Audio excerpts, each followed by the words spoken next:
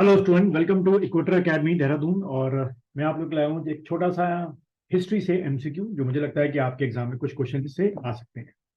तो चलो शुरुआत करते हैं बच्चों। पहले सबसे पहला क्वेश्चन जैसे आप देख रहे हैं, क्या लिखा हुआ है? The Indian reform association functioning under the auspicious of ब्रह्म समाज did admirable work in the field of. यानी कि आप कह सकते हैं कि इस क्वेश्चन के through they will ask you the objective of Indian reform association. ठीक है, इंडियन रिफॉर्म एसोसिएशन का जो है वो आपसे ऑब्जेक्टिव बच्चों जो है वो पूछा गया, आपको इसका ऑब्जेक्टिव बताना है। तो देखिए इसमें से आपको क्या लगता है इसका क्या ऑब्जेक्टिव हो सकता है?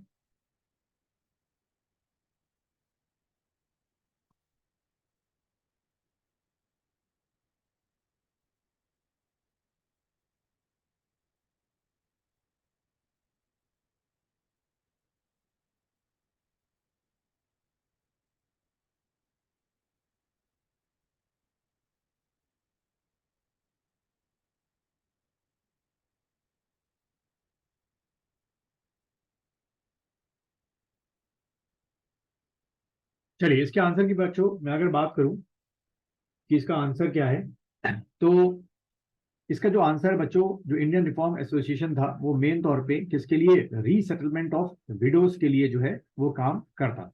तो इसका आंसर क्या बनेगा बच्चों? सी बनेगा। अगर थोड़ा बहुत मैं आपको किसके बारे में बताऊं, इंडियन रिफॉर्म एसोसिएशन के बारे में बताऊं, कुछ इसके पॉइंट्स अगर मैं बताऊं आप लोग को, तो ये जो इंडियन रिफॉर्म एसोसिएशन था, सबसे पहला पॉइंट है कि ये कब बना था, तो 1870 में आपका ये बना था। और ये इंडियन रिफॉर्म एसोसिएशन जो है वो किसने बनाया था, तो केशव चंद्र सेन जो है उन्होंने इसका स्टैब्लिशमेंट किया था। अब केशव चंद्र सेन जो थे उसके इस इंडियन रिफॉर्म एसोसिएशन के क्या थे, आपके प्रेसिडेंट भी थे। ठीक है, ये भी आपको ध्यान में रखना है। और हमारे केशव चंद्र सेन जो थे वो ब्रह्म समाज ऑफ इंडिया, ठीक है, ब्रह्म समाज ऑफ इंडिया के जो मेंबर बने वो कब बने, आपके 1856 में आपके बने। ठीक। और आपके केशव चंद्र सेन ने एक और चीज बनाई थी, वो थी आपकी ब्रिटिश इंडिया सोसाइटी। ठीक है, ब्रिटिश इंडिया सोसाइटी, ये संस्था भी जो है वो आपकी केशव चंद्र सेन ने बनाई थी। अगर पूछें तो कब बनाई गई थी, तो 1855 में बनाई गई। ठीक है बच्चों, तो इस तरीके से कुछ ये क्वेश्चन जो है आपके एग्जाम में आ सकते। चलिए आगे बढ़ते हैं नेक्स्ट क्वेश्चन की तरफ। अगला क्वेश्चन जैसे आपको दिख रहा है, in Maharashtra who works throughout his life with unflagging and unshakable devotion for the upliftment and emancipation of women। ठीक है, इनमें से आपको बताना है कि महाराष्ट्र, स्पेशली महाराष्ट्र में सबसे ज्यादा वुमेन एम्पावरमेंट के लिए, अगर मैं एक लाइन में बोलूं कि वुमेन एम्पावरमेंट के लिए सबसे ज्यादा किसने काम किया है, आपको बताना है इनमें से क्या आंसर हो सकता है। तो चार नाम जैसे बच्चों आप देख रहे हैं, एम जी रानाडे हो गए, धोंदू केशव कर्वे हो गए, आर जी भंडारकर हो गए, या वी एस आपटे हो। अब तक आप लोगों ने आंसर जो डिसाइड है वो कर लिया होगा बच्चों। इसका जो आंसर है बच्चों वो है आपका बी आंसर है, धोंदू केशव कर्वे। ठीक है, इन्होंने सबसे ज्यादा जो है महाराष्ट्र में काम किया था। अगर मैं कुछ धोंदू केशव कर्वे के बारे में बताऊं, तो इनको जो है भारत रत्न जो है वो 1962 में दिया गया था। ठीक है, एक पॉइंट ये आपसे पूछ सकते हैं, इन्होंने क्या बनाया था, विडो एजुकेशन। ठीक है, विडो एजुकेशन इन इंडिया के लिए सबसे ज्यादा काम किया था कि भाई विडोज को भी जो है एजुकेशन मिलनी चाहिए। फिर इन्होंने क्या बनाया था, एक आपका विडो मैरिज एसोसिएशन। ठीक है, मैरिज एसोसिएशन ये इन्होंने बनाया था। और अगर पूछे कि विडो रिमैरिज एसोसिएशन इन्होंने कब बनाया था, तो 1893 में इन्होंने बनाया था।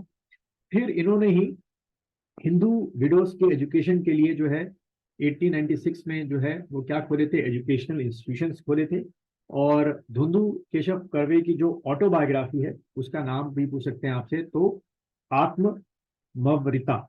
ठीक है, मवरिता जो है ये इनकी ऑटोबायोग्राफी थी, जो 1915 में जो है ये एक तरीके से पब्लिश। चलिए आगे बढ़ते हैं हम लोग।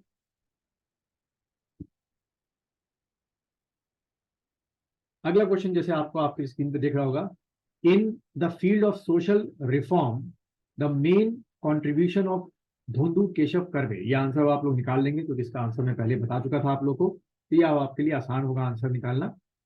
तो बच्चों इसका जो आंसर है वो क्या है, अगर मैं इसके आंसर की बात करूं,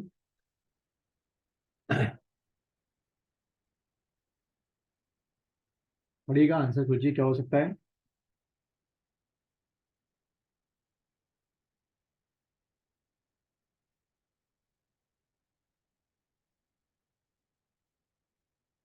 बच्चों इसका जो आंसर है वो है आपका ए।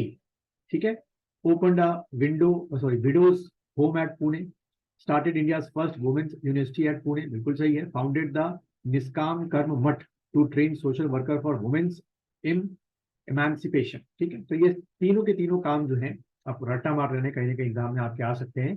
किसने शुरू किए थे, धोंदू केशव कर्वे ने शुरू किए। चलिए अगले क्वेश्चन की तरफ बढ़ते हैं। अगला क्वेश्चन जैसा आप पढ़ सकते होंगे, in South India the main theatre of tribal upsurge was. ठीक है, जिसने अपसर्च किया, मेन तौर पे इसका प्रमोशन किया, अपलिफ्टमेंट।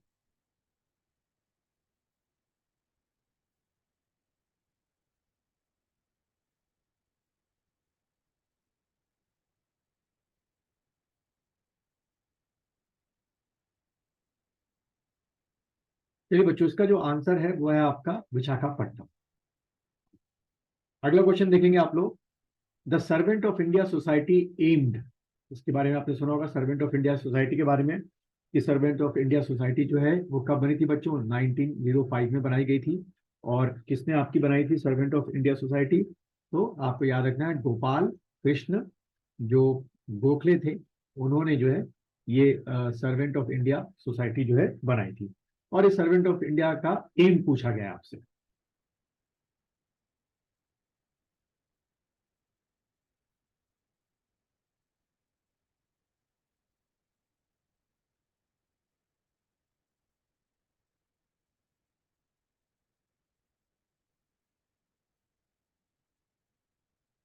बच्चों इसका जो आंसर है वो है आपका सी आंसर है बच्चों, training and national missionaries for service of India, बिल्कुल सही है। और दूसरा rendering service to the motherland. ठीक है, तो इस हिसाब से ए और बी दोनों आपका आंसर बनेगा। अगला बढ़ते हैं हम लोग, which of the following was primarily responsible for what grievance of agrarian masses in 1920।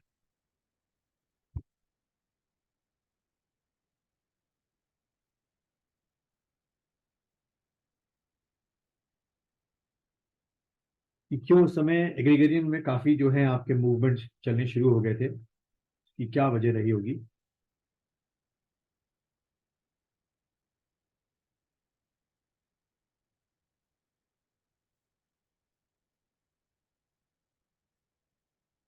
चलिए तो बच्चों इसका जो आंसर है बच्चों वो है आपका क्या, डी आंसर है, economic consequences of first world war. First world war जैसे आपको पता होगा 1914 से लेकर 1918 तक चली, और उसके कॉन्सिक्वेंस में काफी आपके जो आपके एग्रीगेरियन मासेस थे उन्होंने जो है 1920s के आसपास जो है मूवमेंट्स जो है अलग अलग तरीके के शुरू किए।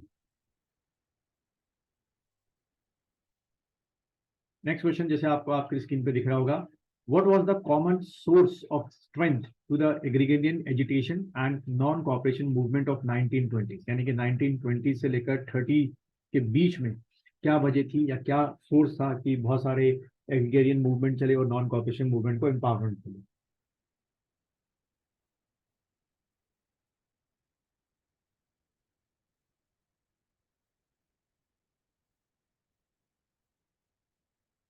तो बच्चों इसका आंसर थोड़ा सा आसान भी है, क्योंकि अभी इसके पहले क्वेश्चन मैंने रखा था कि 1914 से लेकर 1918 तक क्या चला, वर्ल्ड वॉर चला, उसके कॉन्सिक्वेंस की वजह से।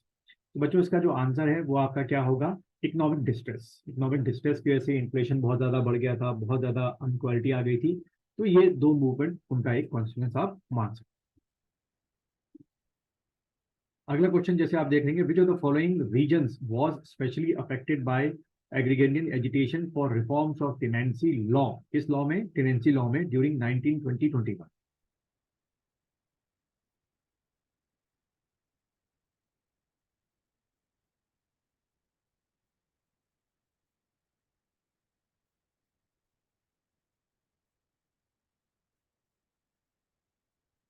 बहुत अच्छा क्वेश्चन है बच्चों। चलिए, इसका बच्चों जो आंसर है वो है आपका अवध। उसके बाद which of the following was not one of the major factor, not not पूछा गया है, responsible for Moplah rising in 1921। आपको तीन उसमें फैक्टर होंगे, एक नहीं होगा।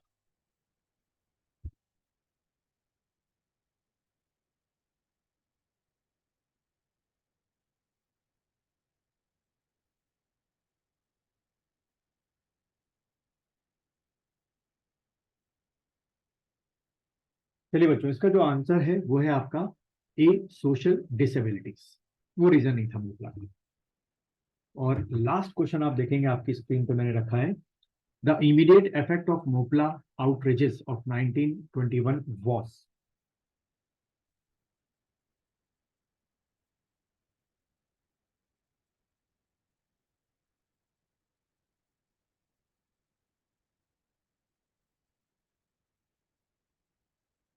चलिए, इसका जो बच्चों आंसर है वो है आपका क्या, क्रिमिनल ट्रबल। क्योंकि मोपला रिवॉल्ट में क्या हुआ था कि जो वहाँ के जमींदार थे, ठीक है, वो आपके क्या थे, हिंदू थे। और जो वहाँ के फार्मर्स थे वो आपके किस कम्युनिटी को बिलोंग करते थे, मुस्लिम्स थे। तो शुरू में तो ये जमींदार वर्सेस फार्मर्स का एजिटेशन शुरू हुआ था, बट कुछ ही समय बाद ये हिंदू मुस्लिम का इसने रंग लिया। तब तक अगर आपने ये वीडियो देखा, आपको पसंद आया, चैनल को लाइक कीजिए, शेयर कीजिए और अपने दोस्तों को इस चैनल के बारे में बताइए।